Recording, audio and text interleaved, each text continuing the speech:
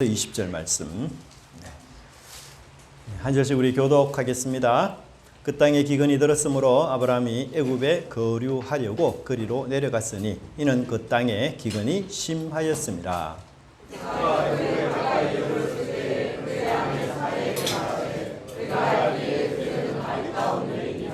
애굽 사람이 그들을 볼 때에 이르기를 이는 그의 아내라 하여 나는 죽이고 그대는 살리리니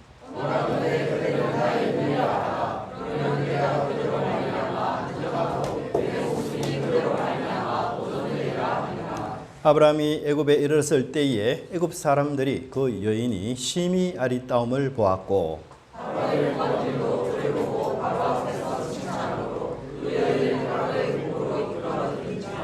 이에 바로가 그로 말미암아 아브라함을 후대함으로 아브라함이 양과 소와 노비와 암수 나귀와 낙타를 얻었더라.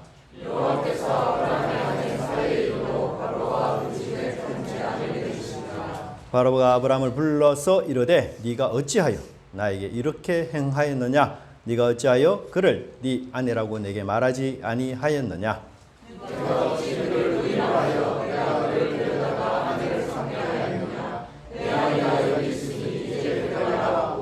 같이 보겠습니다. 바로가 사람들에게 그 예의를 명하매 그들이 그와 함께 그의 아내와 그의 모든 소유를 보내었더라.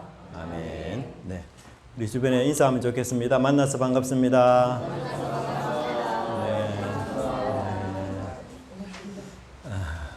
네, 반갑습니다.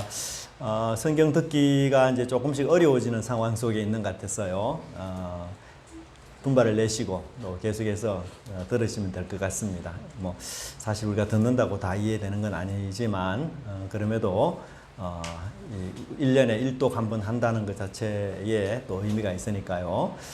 그렇게 해서 분발하셔서 다시 힘을 좀 냈으면 좋겠다 그 생각이 듭니다. 이런 예화가 있습니다. 한 배에 10명의 사람들이 탔는데요. 그들은 각각 자신들의 나라를 대표하는 그런 사람들이었습니다. 근데 한참 항해하던 이 배에 큰일이 생겼는데 배 밑바닥에 아마 구멍이 났는지 물이 스며들기 시작했고 이 10명의 사람 중에서 3명만 없으면 그런 대로 무기를 지탱해서 육지까지 그렇게 갈 수 있다고 합니다.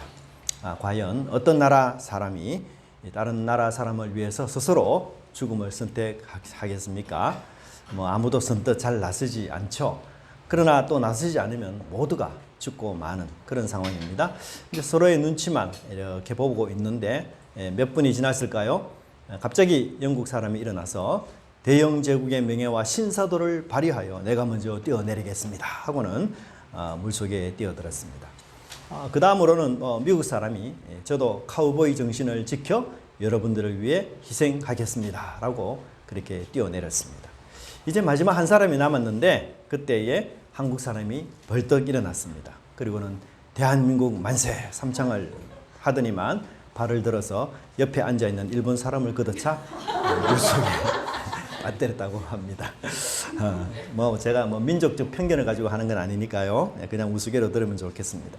물론 우리 한국 사람이 일제 치하에 있으면서 정말 말할 수 없는 그 민족의 서러움 이렇게 받아서 그 여파가 지금도 있고 또 그렇지만 그래도 뭐 그들의 잘못을 탓하기 전에 먼저 우리가 어떻게 나라를 잃게 되었는지 그런 반성들이 먼저 있으면 좋겠다 그 생각이 들고요. 그 역사에 대한 깊은 반성 없다면 우리가 이 발전이 있을 수가 없는 거죠. 뭐 남만 탓하면 어떻게 발전이 있겠습니까? 그리고 우리나라도 뭐 일본 나라처럼 다른 나라에게 이렇게 못되고 악하게 군 것이 없는지 그렇게 돌이켜보는 그런 것도 필요한 것 같아요. 여하튼 이 위기 때의 이 세상적 대안이 뭐냐? 위기 때의 세상적 대안은 희생양을 찾는 것이 위기 때의 세상의 대안입니다. 그래서 이 세상 대안은 희생양을 찾어요. 그래서 문제가 생겼습니다. 피할 수 없는 그런 어려움을 만났어요. 그럴 때 우리 세상에 대한 이 땅에 대한 대안이 갖는 그 특징이 뭐냐?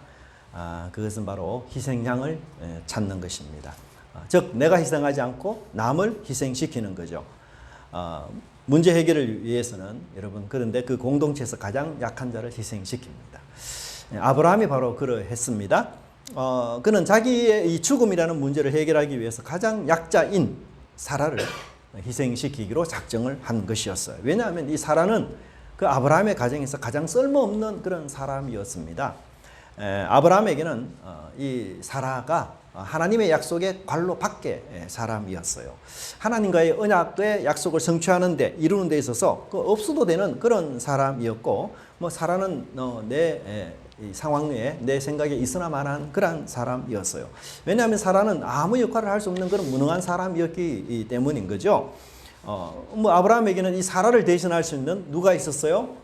롯이 있었기 때문이었습니다. 그래서 사라는 이 순위 밖의 사람이었고, 뭐 그렇게 중요하지 않는 인물이었으며 이 문제를 해결하는 데 있어서 핵심적인 인물들이 아니었어요. 근데 세상 대안은 여러분 항상 약자를 희생시키는 것이 바로 대안이에요. 문제를 해결하기 위해서는 힘이 없는 자, 유익이 되지 않는 자, 필요 없는 자, 있으나 마나 하는 사람, 이런 사람들을 희생시키는 것, 이게 세상의 대안이다, 그렇게 말할 수가 있습니다. 세상 대안은 약자를 향하여 이렇게 말합니다. 야, 너 때문이야.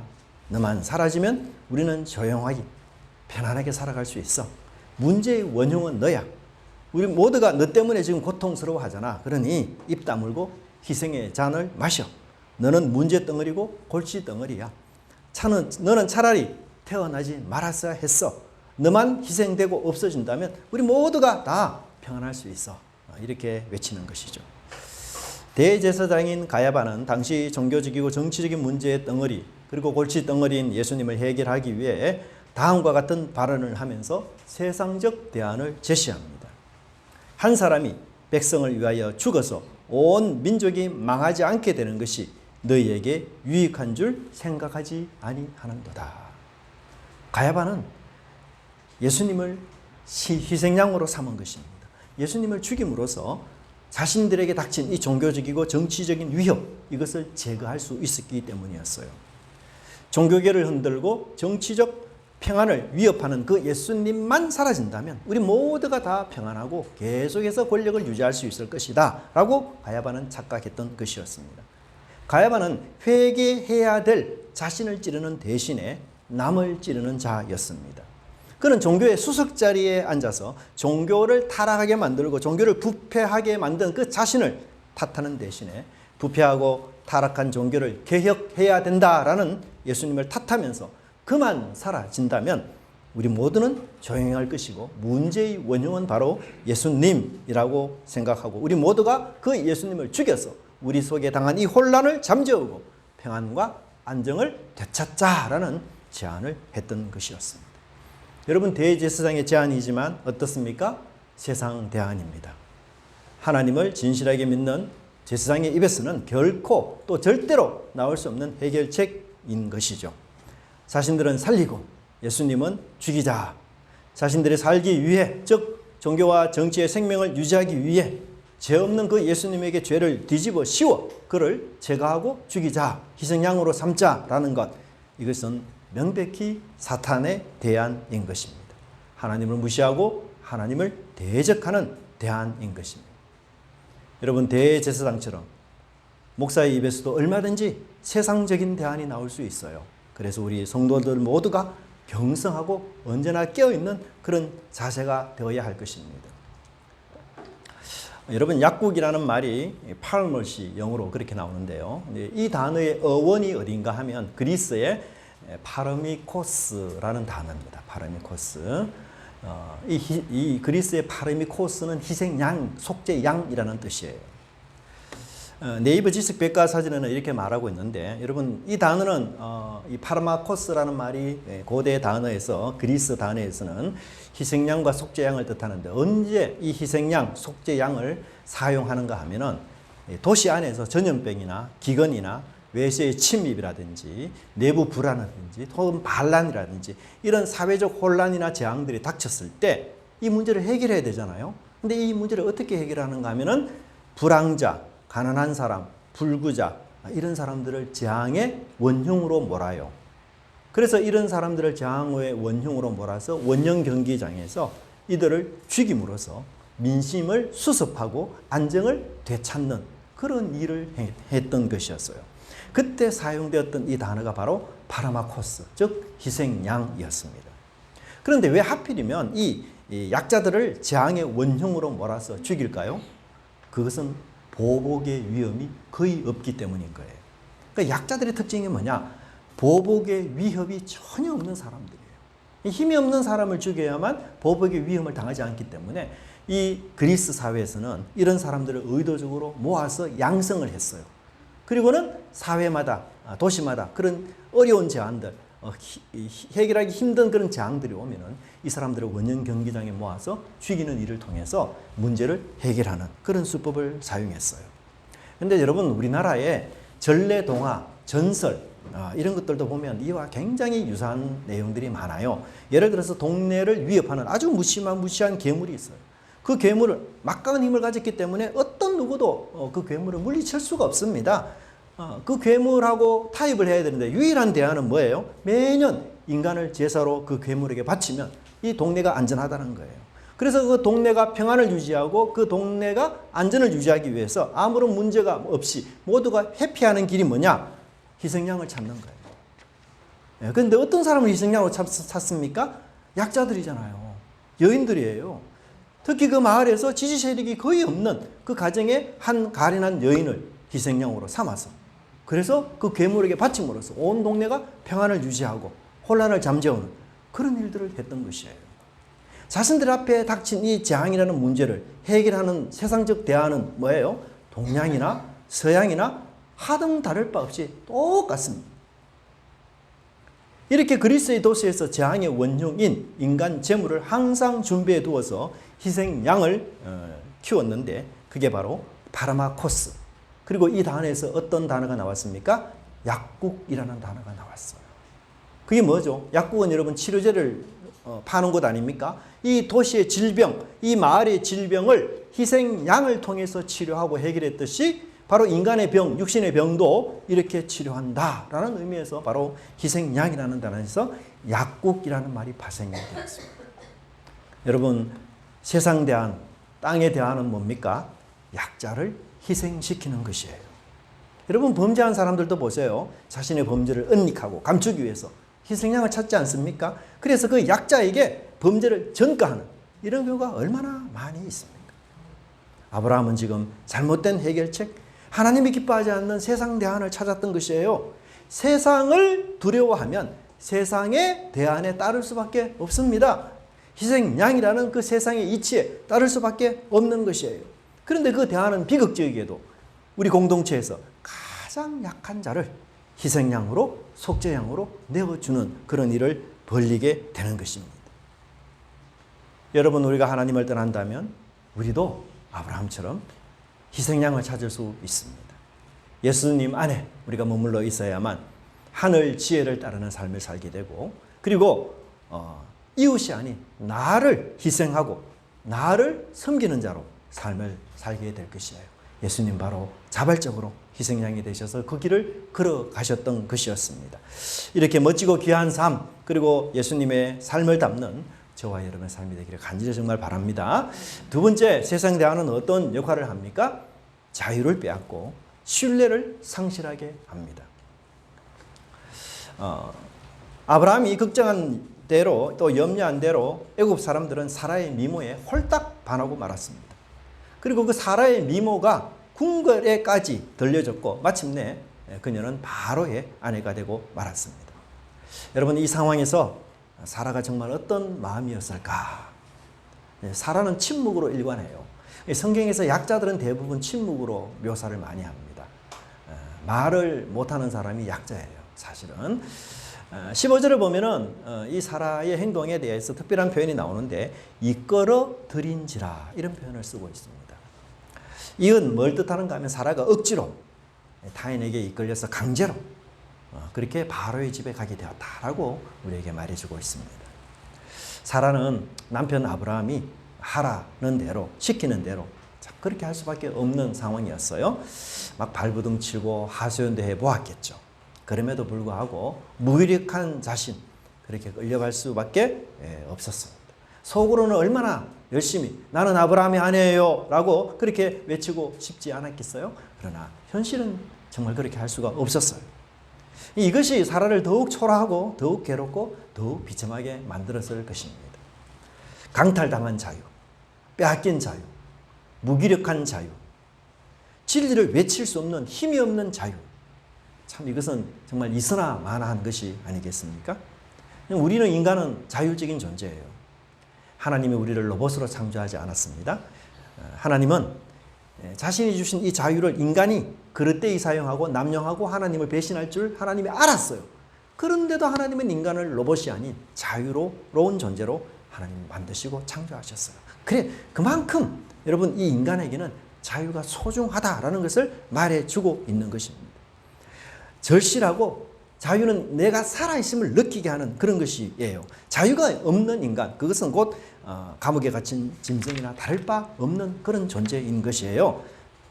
남편에게 버림받은 사라는 자신의 인생조차도 남에 의해 좌우되었던 것이었습니다. 선택할 수 있는 자유조차 얻지를 못했습니다. 그녀는 살아있었지만 사실 인형이었고 그녀는 존재했지만 사실은 상품에 불과했습니다. 사람들이 그녀의 외모를 아주 칭찬하고 굉장히 놀라워하고 대단하다고 이야기했지만 사실은 그녀는 사람들의 유흥거리에 불과했습니다. 그녀는 자신의 인생이 아니라 남의 인생을 살아야 했던 것이에요. 대리 인생이었고 자유가 박탈된 종의 인생에 불과했습니다. 선택은 무시되고 다른 생각은 용납되지 않는 그런 꼭두가시 인형으로 그의 인생을 살아야만 했던 것이었습니다. 여러분, 사라가 애굽으로 끌려가는 그 자리에서 많은 사람들, 그 중에서 어느 누구도 이것은 잘못된 일이야 라고 외치는 사람 아무도 없었습니다. 아브라함에게는 식솔도 있었고 롯도 있었고 사병 318명도 있었습니다. 하지만 이 순간만큼은 모두가 꿀먹은 벙어리가 되었습니다.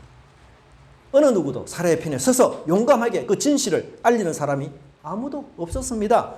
모두가 세상의 대안에 침묵으로 동의하고 있었던 것이었습니다. 진실의 목소리를 낼 수 없는 자는 죽은 자입니다. 세상의 힘에 짓눌려서 권세와 협박에 짓눌려서 진실을 말할 수 없는 것, 진실을 알릴 수 없다는 것, 그것은 바로 공포스러운 상황이에요. 두려운 상황인 것입니다. 진실이 유린되고 진실이 묻히는 곳에는 억울한 희생자만 늘어날 뿐인 것이에요.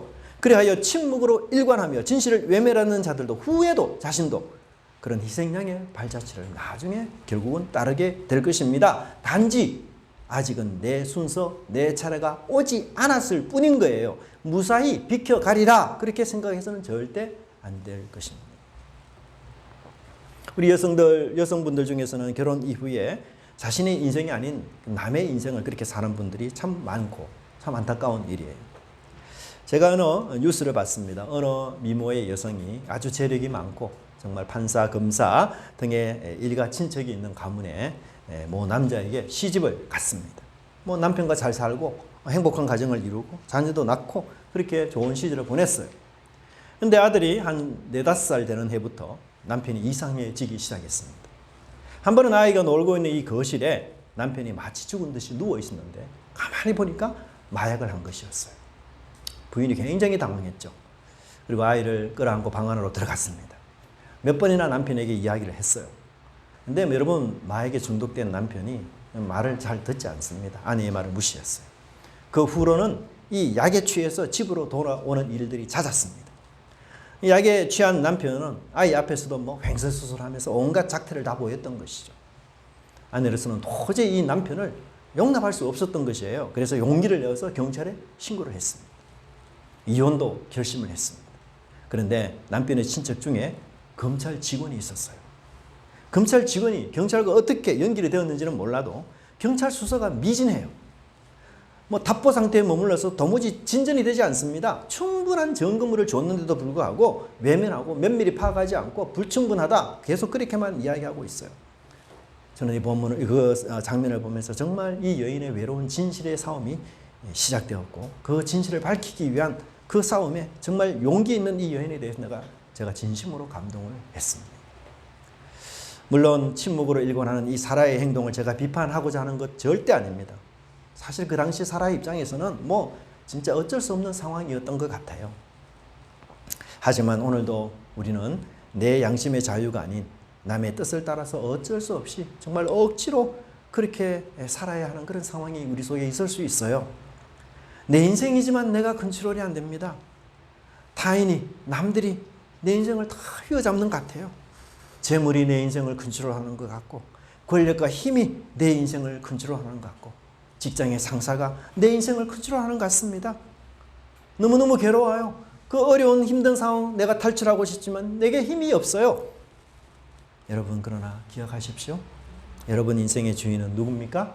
바로 하나님이라는 사실을 한시도 잊지 마시기 바랍니다. 그 권력 아래서 신음하는 여러분들의 소리를 하나님은 결코 외면하지 않으실 것입니다. 그러니 할 수만 있다면 끝까지 견디시기 바랍니다. 기도하면서 끝까지 여러분 인내하시기 바랍니다. 하나님의 구원이 결코 멀지 않다는 믿음을 갖고서 소망 중에 인내하시기를 바랍니다. 사라가 결혼하는 바람에 아브라함은 거대한 부를 이루게 되었습니다. 그는 사라를 자기 누이라고 속임으로써 생명의 위협이 사라졌을 뿐 아니라 정말 별 볼 일 없던 사람 아닙니까? 근데 그가 하루아침에 애굽의 절대 군주인 바로 왕의 호의와 접대까지 받게 되었습니다. 사라 때문에 정말 출세까지 한 인물이었어요. 또한 풍요로운 물질의 혜택까지도 그렇게 받았던 인물이었습니다. 이 13장 2절을 보면 이 아브라함의 재물에 대해서 저자는 이렇게 말하는데 가축과 은과 금이 풍부하였더라. 여러분, 고대 근동에서 재산은 주로 노예, 가축의 수 이것으로 다 표현을 해요. 그런데 이 아브라함의 재산에 가축뿐 아니라 뭐가 있습니까? 은과 금이 있어요. 이것은 구약 성경에서 처음 나타나는 장면이에요. 여러분, 은금은 누가 가졌겠어요? 귀족이나 왕족들이 가졌지 서민들이 가질 수 있는 물건이 사실 아니에요. 예. 그런데 아브라함이 은금을 가졌다. 말은 뭐예요? 아브라함의 부가 정말 대단하다라는 것을 말해주고 있습니다. 정말 아브라함은 겉으로 보면 뒤로 넘어졌는데도 운빨이 엄청 따르는 사람입니다. 예. 하지만 아브라함이 얻은 것이 있으면 잃은 것이 있어요. 그것은 물질보다 더 중요한 신용을 잃고 말았습니다. 또한 이방인에게서 하나님의 이름이 욕을 먹는 그런 경우를 만나게 되었습니다. 이 아브라함의 거짓과 반만의 진리는 결코 오래가지 못했던 거죠. 그래서 그 진실이 밝혀지자 아브라함은 애굽 사람들에게 이제는 거짓말쟁이로 손가락질을 받게 되었습니다. 참 그 순간이 너무 짧아요.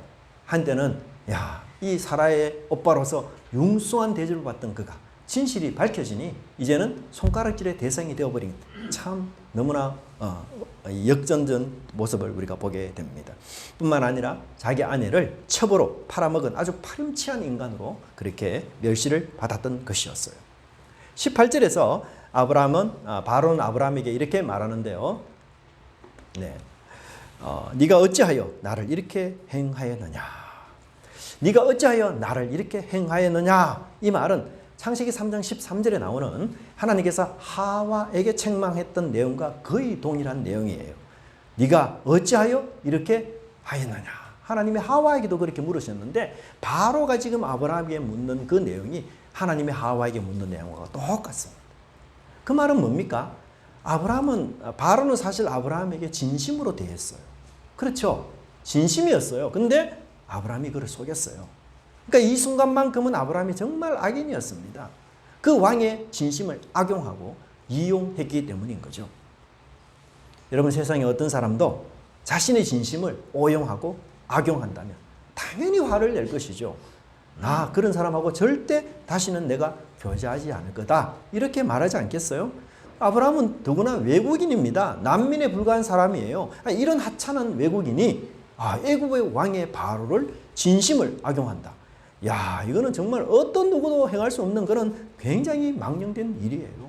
정말 이것은 일상의 도덕과 윤리를 넘어서는 끔찍한 죄입니다. 그래서 바로가 너무너무 화가 난 거죠. 그리고 바로는 네가 어찌하여 그를 네 아내라고 내게 말하지 아니하였느냐 이렇게 추궁하는데 사라를 자신의 아내로 말했다고 해서 내가 너를 죽일 것 같으냐? 그런 것이죠. 아브라함의 무지한 착각이라는 것입니다.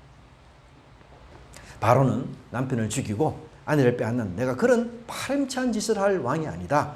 그렇게 이야기하면서 이 아브라함에게 어찌하여 라는 말을 무려 3번이나 사용하면서 아브라함의 이 파렴치한 모습, 우리 최 집사님이 자주 사용하는 양아치와 같은 그런 모습. 날카롭게 정말 꾸지람하고 책망하고 있는 것을 보게 됩니다. 그리고 여러분 마지막에는 뭐라고 이야기합니까? 네 아내가 여기 있다. 그렇게 말해요. 여기 재밌게도 아브라함은 자신의 아내인 사례를 부정해요. 근데 바로 왕은 사례를 아브라함의 아내라고 인정하고 있어요. 아브라함 외에 모든 사람은 한결같이 사례가 뭐예요? 아브라함의 아내다라고 그렇게 말하고 있는 것을 우리가 볼 수 있어요. 즉 뭡니까? 사라의 정통성을 강조하고 있는 거예요. 사라는 둘이 한 몸이 된 너의 아내, 즉 아브라함의 아내라고 못 박아서 그렇게 확정하고 있는 것입니다. 네가 부정을 하고 네가 무시를 하고 네가 가볍게 여겨도 진리는 부정될 수 없어. 그 거짓이 진실이 되거나 사실이 될 수 있는 것은 아니야. 그렇게 이야기하고 있는 것이에요. 바로의 결론이 뭡니까? 아브라함을 그 자리에서 당장 쫓아내었습니다. 추방했습니다. 왜요? 상종할 수 없는 인간이다. 그렇게 판단했기 때문이죠. 나는 너 같은 인간 다시 만나기 싫다. 너같이 파리암치한 이 사람과 같은 공간에 있다는 것, 그건 내게 너무 힘들어. 당장에 사라져. 그래서 20절에서는 아브라함의 소유까지도 실어서 다 쫓아냈다라고 구체적으로 거명하고 있습니다. 여러분 사람이 미우면 어때요? 그 사람이 키우던 애완견까지도 밉죠. 그리고 그 사람이 사용하던 물건까지도 더럽다면 다 내던집니다. 그래서 여러분 애인들이 사귀다가 헤어지면 그동안 준 선물 다 그냥 다 다시 반환 뭡니까 작전인가 하여튼 하지 않습니까? 꼴도 보기 싫은 거죠 그냥. 예. 여러분 아브라함은 비록 재산이 정식되었지만 신용은 완전히 땅바닥에 떨어졌습니다. 바로 왕과는 다시는 회복할 수 없는 불신의 관계가 형성이 된 것이죠. 신자들이 신자답게 살지 못하면 불신자들로부터 큰 망신을 당할 때가 많이 있습니다. 세상 사람들은 우리 교인들이 도덕적으로 그래도 자기들보다 나아야 한다 그렇게 기대하고 있어요. 그런데 교인이 뭐 저런가? 교회 다닌다고 해서 다 마찬가지구나. 뭐 교인들이 더하네. 교인이라고 내가 빌려줬는데 왜 이렇게 교인들이 뒤통수를 치지? 그런 말을 우리가 듣는다면 정말 가슴 아픈 일이에요. 오늘날 너무나 많은 사람들이 교회를 믿지 못합니다. 제가 우리 탁구장의 중학교 학생에게 전도를 했더니만 그 교회 사이비 교회예요? 대부분 그렇게 물어요. 신자들이 불신의 대상이 되어버립니다. 우리 신용이 땅바닥까지 지금 떨어져 있어요. 그게 우리 현실이에요. 더 나아가 하나님의 얼굴에 먹칠하는 사건들도 얼마나 많이 있습니까? 그러니 거짓말이건 사기건 착취건 법을 어기는 지식은 후한 대접을 받고 은과 금과 그리고 육축이 많아지면 복을 받았다라고 좋아한다면 그것은 결코 신앙적인 자세가 아닌 것입니다. 세상의 대안을 따라 불의한 재물을 얻고 거짓으로 대접받는 것은 축복이 아니고 망신이에요. 세상 대안을 따른 아브라함의 결론이 바로 이것 아닙니까? 아브라함은 물질적인 측면에서 보면 큰 덕을 본 사람이지만 대인관계 속에서 신앙적인 측면에서는 남에게 피해를 끼친 그런 사람이었어요. 그가 모은 재산은 수치로 얻은 횡재였고 아내를 넘겨주고 받은 비정한 대가였고 거짓과 불신으로 짜낸 부정한 소득이었기 때문이었어요. 우리에게는 이런 식의 축복을 결코 발휘해서는 안 될 것입니다. 세상의 대안을 따라서 약자를 희생시킴으로 얻는 그런 비정한 재물, 그런 소득, 그것은 결코 하나님이 축복하시는 것이 아님을 우리는 반드시 깨달아야 할 것입니다. 세 번째로 희생양을 향한 하나님의 역사가 본문에 나옵니다. 아브라함은 사라를 희생양으로 지목했지만 하나님은 사라를 자신의 양으로 선택하셨어요. 아브라함은 희생양으로 지적한 이 사라를 버렸지만 하나님은 자신의 양인 사라를 찾아가셨던 것입니다. 아브라함은 이 희생양 사라를 사지로 몰았습니다. 사라의 자유를 박탈하고 자신의 생명을 위한 도구로 수단으로 그녀를 사용하고 자신이 살기 위해 버리는 패로 그렇게 사용했지만 하나님은 이 사라를 사랑하셨습니다. 그녀 없이는 하나님의 약속이 이룰 수 없다. 그렇게 말하면서 그녀를 사지구덩이에서 구불구덩이에서 건져주시고 하나님은 사라를 목적으로 대하여 주셨던 것이었습니다. 버림받은 사라 아닙니까? 희생양으로 지목되어서 바로의 궁전에 포로가 된 사라, 그 사라를 하나님은 구원하시고 지켜주셨던 것이었습니다.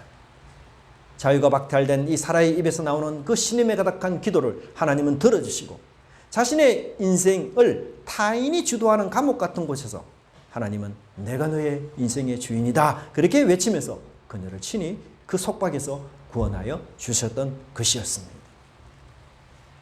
여러분, 아브라함은 비겁한 사람이에요. 사라를 보낸 이후에 이 아브라함의 마음이 어떠했을까요? 모든 것을 바로잡을 기회가 그에게 아직은 있습니다. 죽음만 각오하면 되는 거죠. 죽으면 죽으리라는 믿음으로 바로를 찾아가서, 그리고 하나님 의지하는 마음으로 모든 사실을 그대로 고하면 모든 상황을 다시 회복시킬 수 있어요. 그런데 아브라함은 그렇지 못했습니다. 아내를 사지로 넣은 아브라함의 마음 편치 못했을 겁니다. 그래도 수십 년을 함께했던 아내 아닙니까? 그런데도 아브라함은 바로왕을 찾아가지 못했어요.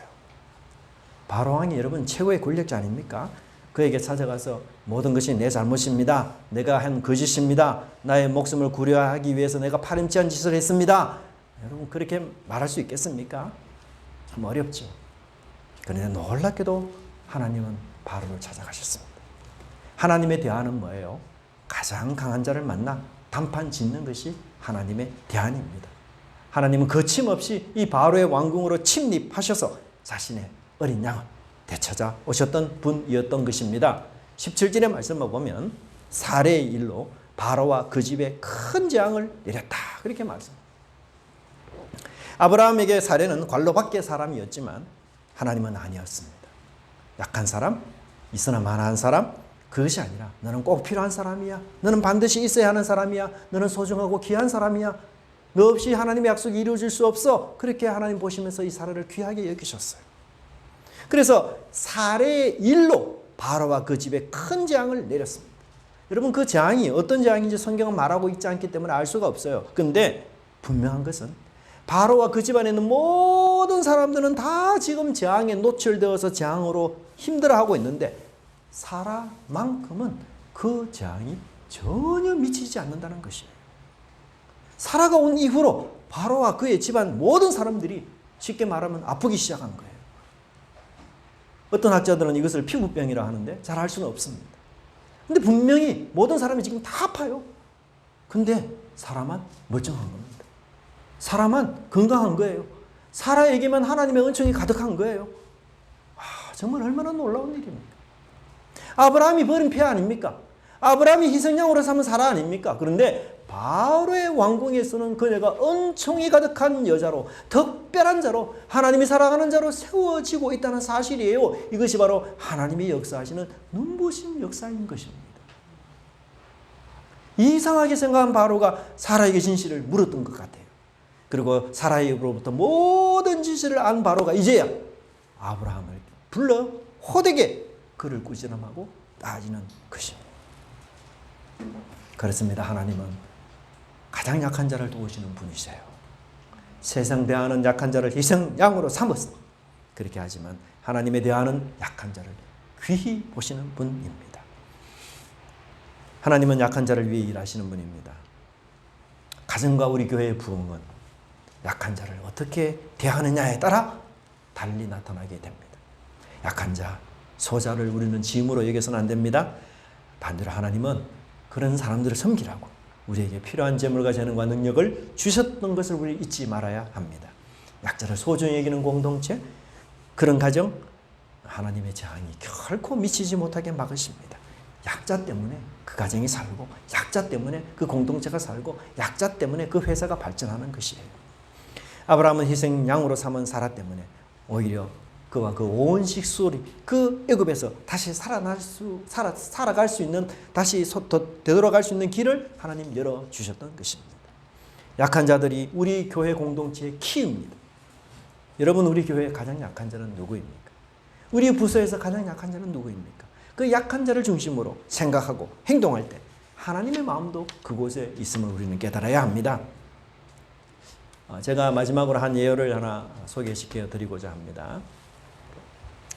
2023년 9월에 입원했던 필리핀의 이주 노동자 A씨가 퇴원을 앞두고 침대에서 이렇게 울고 있는 것을 이 현대병원 원장 박 원장이 발견을 했어요. 사연을 들어보니 A씨가 아버지가 급작스러운 교통사고로 그런 아침에 세상을 떠났는데 이 필리핀으로 다시 돌아가서 부친을 장례를 해야 되는데 비행기 이 표를 살 돈이 하나도 없다는 거예요. 더욱이 숨진 그의 아버지가 암 투명 중인 어머니를 돌보고 있었고 동생들 역시 아직 나이가 어려서 돈을 벌지 못해요. 그래서 이 A씨가 생활비 전체를 이제 전적으로 의지하는 그런 아주 막막한 상황이었습니다. 그래서 이 박 원장이 이 이야기를 듣고는 두말 없이 이 이주 노동자에게 100만 원을 건네면서 이거 내가 돈 빌려주는 거니까 나중에 벌어서 꼭 갚아라. 그렇게 이야기를 했어요. 그리고 내가 빌려줬던 얘기 아무에게도 하지 말라라고 당부를 했습니다. 그리고 이주 노동자 필리핀 A씨에게 치료비도 받지 않았다고 합니다. 이렇게 한동안 이 일을 잊고 살았던 박 원장이 2024년 올해죠. 5월 18일 날 얼마 되지 않았습니다. 이제 뜻밖의 일을 겪었는데 어떤 외국인 환자가 원장님께 드릴 것이 있다면서 막 이 대기 환자가 수명이 넘는 이 진료실 밖에서 간호사와 실랑이를 하는 거예요.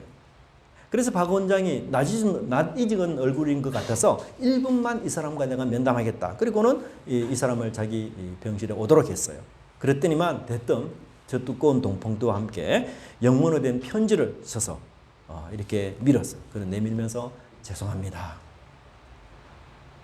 그제야 이 박 원장이 이 사람이 23년 9월에 내가 이 사람 가라고 돈을 100만 원 빌려줬던 그 사람이었구나. 그렇게 해서 8개월 만에 이 사람이 돈을 갚아 왔어요. A씨는 이 돈과 함께 편지를 건네면서 작년에 박 원장의 도움으로 아버지 장례를 잘 치르고 다시 입국해서 돈을 벌고 있다. 그러면서 너무 늦게 갚아서 정말 미안하다라는 말을 했다고 합니다. 박 원장은 고국의 어려운 가족들에게 송금을 하면서도 매달 이 돈을 한두 푼 이렇게 정성스럽게 모아서 이 돈을 내가 꼭 갚아야 되겠다라는 이 마음 너무 감격스러웠다라고 설명을 하고 있습니다. 여러분, 우리가 이 땅을 살면서 하나님의 손과 발이 되어줬으면 좋겠습니다. 어렵고 힘든 일에 우리가 남을 희생시키는 것이 아니라 내가 자원하여 희생하고 섬기는 그런 주님의 손과 발이 되었으면 좋겠습니다. 그러면 이 세상이 얼마나 더 행복해지겠습니까? 내 행복의 열쇠는 나의 가진 것에 있지 않습니다. 하나님이 관심을 갖고 함께하는 그 약자들을 내가 어떻게 대하느냐에 따라 달려있음을 우리가 깨닫고 이번 한 주간 또 이 들은 말씀을 우리가 실천하면서 주님의 복을 누리는 저와 여러분의 귀한 인생 되시기를 간절히 축복합니다. 기도하겠습니다. 하나님 아버지 감사합니다. 아브라함이 자신의 아니었지만 소중히 여기지 않고 버린 패를 하나님은 결코 버릴 수 없다 하시고 찾아가셔서 그 희생양을 자신의 양으로 삼으셔서 구원하시고 그녀를 참으로 존귀한 자로 그렇게 올려주신 것을 감사함을 드립니다. 아브라함의 마음에는 그녀가 관라법계 사람이었지만 하나님의 마음에는 그녀가 관라 안에 있는 핵심적인 인물이었고 결국 아브라함의 인생도 그녀로 말미암아 하나님의 언약의 약속을 이어받는 놀라운 축복 속에 거하는 그런 은혜를 저희들이 생각하게 되었습니다. 하나님, 우리가 이 땅을 살아갈 때에 우리 마음속에 손쉽게 다가오는 것, 이 세상에 대한 그것을 다 물리치고 하나님께서 마련하신 그 십자가의 은혜와 하나님 그 대안을 저희들이 따르는 저희들 되게 하여 주시옵소서. 오늘날도 얼마나 많은 사람들이 세상의 대안으로 희생당하고 눈물 흘리며 어려워하고 있는 그들, 하나님 그들에게 저희들이 주님의 손과 발이 되어서서 그들의 손을 잡아줄 수 있도록 인도하여 주시옵소서. 그렇게 할 때 우리 하나님 기뻐하시고 우리에게 하나님 온갖 좋은 것으로 은혜로 베풀어 주실 저희들이 믿습니다. 그런 은혜로운 삶 살아갈 수 있도록 이번 한 주간 또 은혜와 성령으로 함께하여 주시옵소서. 감사드리고 예수님 이름으로 기도드리옵나이다. 아멘.